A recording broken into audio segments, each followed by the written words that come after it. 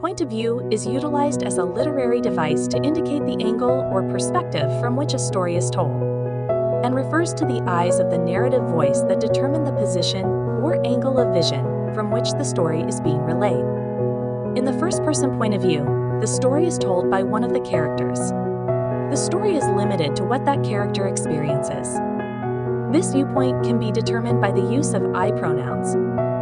In the third-person point of view, the story is told by more than one character. This viewpoint can be determined by the use of he or she pronouns. Pronouns used to convey points of view in literature. First-person pronouns: I, me, we, us, my. Second-person: you, your, yours, yourselves. Note, the second-person point of view is not used much as it is awkward to write a story using this device. Third-person: he, him, his, she, her, hers, they, them, theirs, it.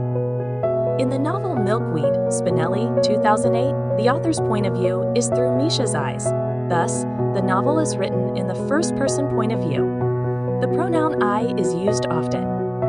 In the third-person point of view, the author knows more than one character's thoughts, feelings, and actions, and often refers to them with the pronouns of he or she.